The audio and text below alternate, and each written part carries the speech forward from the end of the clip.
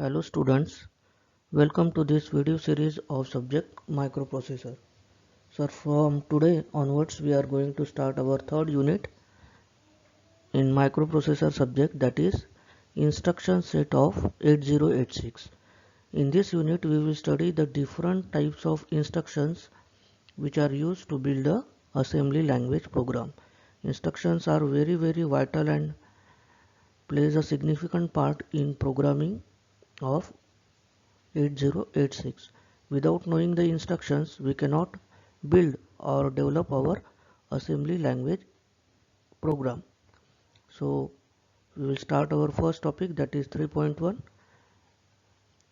The topic is instruction format and addressing modes. Course outcome: use instructions for different addressing modes.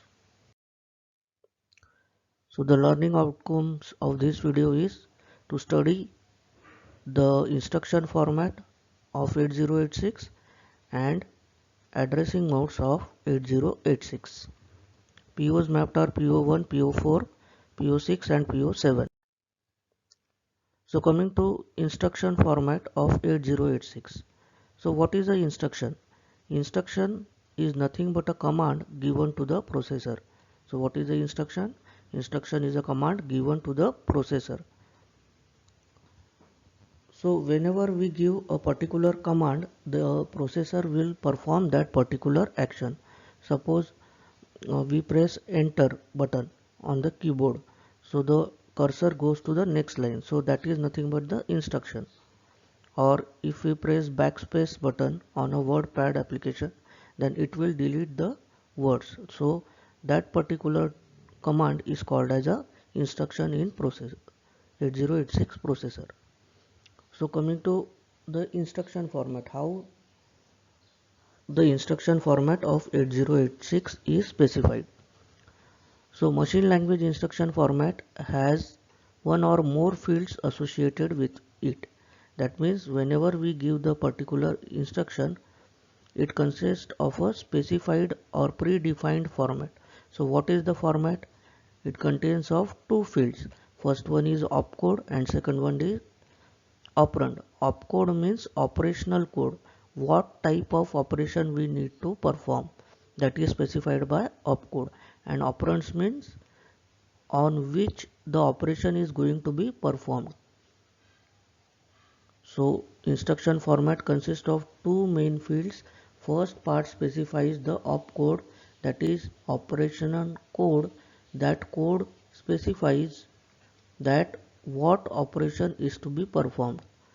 And operand field specifies upon which the operation is going to be performed.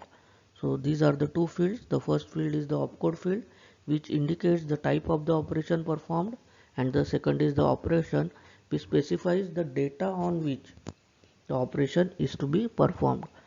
The general format is given below. Suppose we take an example of this instruction, move AX, BX.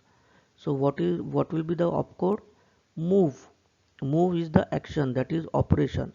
So move is the MOV is the opcode, and AX, BX are the operands. That means what action is going to be performed? Move action. That means the opcode is move. And on whom the operation is going to be performed? On AX and BX. So AX and BX are operand. Similarly, INC stands for increment. INC means increment AX. So in this case, INC means which operation? Increment operation. So INC will be opcode. On whom the increment should be performed? On AX register. So AX will be the operand. So this is the instruction format of 8086. Now coming to the addressing modes. This is the most important part of this topic. What are addressing modes? So the single line definition of addressing mode is the way in which the operands are accessed. The way in which operands are accessed is called as addressing mode. So the definition is self-explanatory. In which type we are accessing our operands is called as addressing modes. So there are 8 different addressing modes of 8086. So the first is immediate addressing mode. We will see in detail about each of these addressing mode. So first is immediate addressing mode, second is implicit addressing mode, third register addressing mode, fourth is direct addressing mode, fifth register indirect addressing mode, sixth is register relative addressing mode, seventh base index addressing mode, and last is relative base index addressing mode. So these are 8 different addressing modes with which we can access our operand in different ways. First is register addressing mode or immediate addressing mode. Next is implicit, register addressing mode, direct addressing mode, register indirect addressing mode, register relative addressing mode, base index addressing mode, and relative base index addressing mode. So now we will see each one of these in detail. So coming to the first, that is immediate addressing mode. In this addressing mode, 8/16 bit data, 8/16 means 8 or 16 bit data required for executing the instruction is directly given along with the instruction. That means when we can identify the instruction as immediate addressing mode instruction, when the 8 or 16 bit data is directly given with the instruction, that is data is immediately given, that type of instruction is called as immediate addressing mode instruction. For example, we have given move AX, 0050H. So what is 0050H? It is the 16 bit data. Similarly, move AL or AX, 05H. So this is 8 bit data. 2 hexadecimal digit means 8 bit and 4 hexadecimal digits means 16 bit. So when the data is directly given with the instruction, that type of instruction is called as immediate addressing mode. Next is implicit addressing mode. In this is the simplest addressing mode. In this addressing mode, only opcode is given along with the instruction. That means only the opcode of the instruction is given. There are no operands like NOP stands for no operation, STC set complement flag, CLI clear interrupt, CLD clear direction, STD set direction flag. So these instructions we will study in the coming videos. So the instructions in which there is no operand is called as implicit addressing mode instruction. Next is register addressing mode. In this addressing mode, 8/16 bit data required for executing the instruction is present in register. That means whatever the 8/16 bit data which is required for executing the instruction is present in the register, and the name of the register is given in the instruction. For example, move AX, BX. Here both are registers, AX and BX, and AX means 16 bit register, BX means 16 bit register. So both the registers contain 16 bit data and the name of the register is given. So that's why it is called as register addressing mode. Whenever the name of the register is directly given in the instruction, it is called as register addressing mode instruction. Next is direct addressing mode. In this addressing, 8/16 bit data for executing the instruction is present in the memory location. That means the actual data is present in the memory location and that memory address is given in the instruction. That type of instruction is called as direct addressing mode. So how we can differentiate between the address and the data? Whenever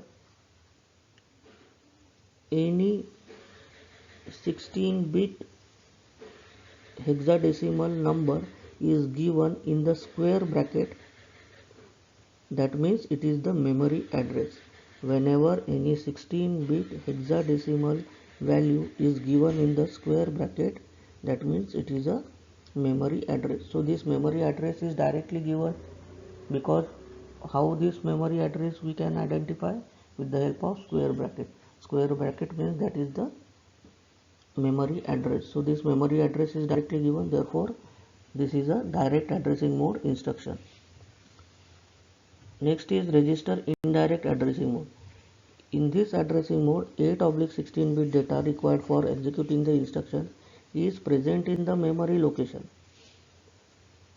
Okay, what it says, that the 8/16-bit data required for executing the instruction is present in memory location, and the address of that memory location is stored in the register, and that register name is given in the instruction. That type of addressing mode is called as register indirect addressing mode. Coming to next, that is register relative addressing mode. In this addressing mode, 8/16-bit data required for executing the instruction is present in the memory location, and the address of the present memory location is present in the register, and the name of the register plus the relative address or the displacement is given along with the instruction. That means what, suppose we consider example move ax comma 50h in square bracket bx. Square bracket means bx contains address, bx is enclosed in square bracket, that means bx contains memory address. So along with the memory address which is present in the bx, that is the name of the register is given, plus the relative displacement is given. That type of addressing mode is called as register relative addressing mode. Coming to next, that is base index addressing mode. In this addressing mode, 8/16-bit data required for executing the instruction is present in the memory location, and the name of the base registers are two, bx and bp, and the index register is given along with the, that means both base registers and index registers are given in the instruction. That type of instruction we can identify as base index addressing mode, when both base registers are given as well as index register is given. That means the instruction is of type base index addressing mode. Next is relative base index addressing mode. It is same as the above. Base register is given, index register is given, and relative means relative displacement is given along with the instruction. So that type of instruction is called as relative base index addressing mode. So this is the very important part of third unit. So list the addressing modes of 8086 and explain the addressing modes with example.